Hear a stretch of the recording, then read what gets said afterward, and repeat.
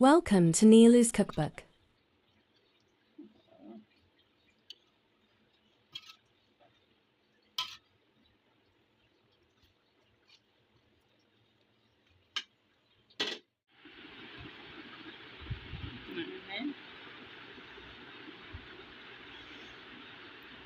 এগুলো চিচিঙ্গার আগে প্রথমে সিলে নিয়ে হয়ে যাবে।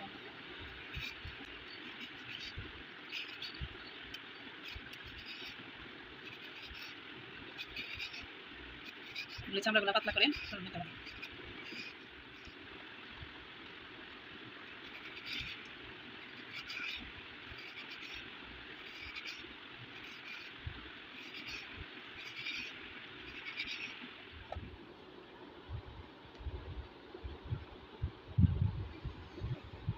এই যে এখানে চিচিঙ্গাগুলি কেটে ধুয়ে নিয়েছি, এইভাবে কেটেছি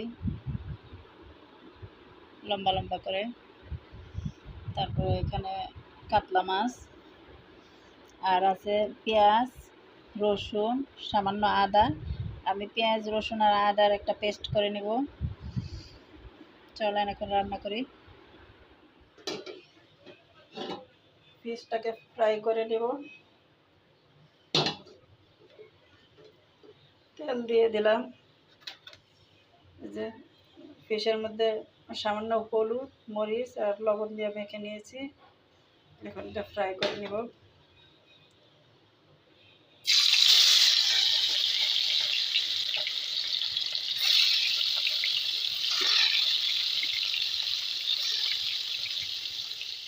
এটা ফিশগুলো ফ্রাই হয়ে গেছে, এখন করে নেব।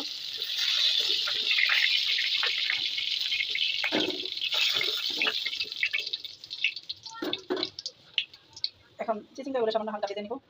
চিচিঙ্গার মধ্যে সামান্য লবণ দিয়ে মেখে রাখছি।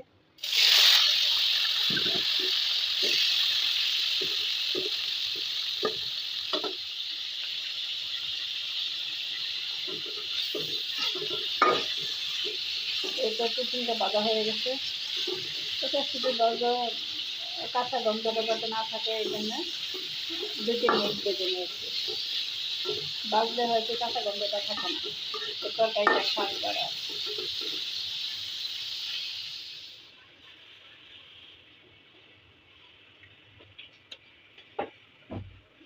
তেল দিয়ে দিলাম।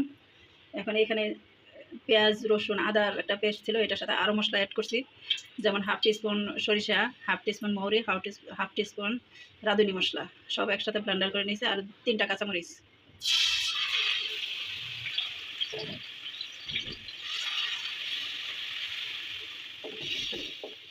এই তো এই মশলাটাকে 2 মিনিট নেড়ে চেড়ে কষিয়ে নিলাম। এখন বাকি মশলা দিয়ে দিচ্ছি। হলুদ গুঁড়া, ধনিয়া গুঁড়া পরিমাণ মতো, মরিচের গুঁড়া, সামান্য লবণ, দিয়ে দিচ্ছি পানি। মশলাটা কষানো আসবে। মশলা কষানো এসে গেছে, এখন সবজিটা দিয়ে দিব চিচিঙ্গা।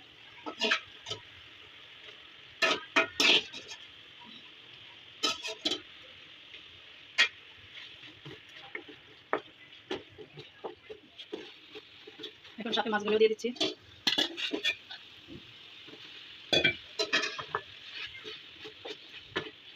এখন একটু সামান্য ঢেকে দিব 2 মিনিটের জন্য, পরে পানি দিয়ে দিব।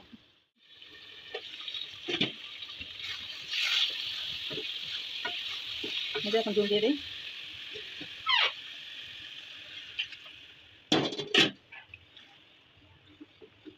আমি একটু মাখা মাখা রাখবো তো, যার জন্য বেশি জল দেবো, পানি দেবো না। ওকে,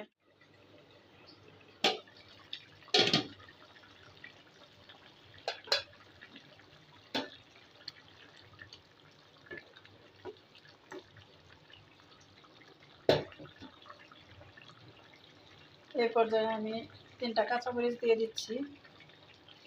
কাঁচামরিচ যেহেতু আমি আগে বাটা দিছি, দরকার নাই, এই জন্য কমাই দিছি শুধু ফ্লেভারের জন্য।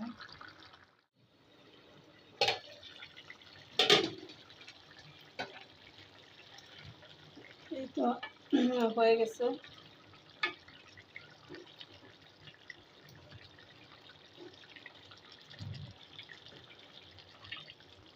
এখন তরকারিটা চুলাটা অফ করে দিচ্ছি।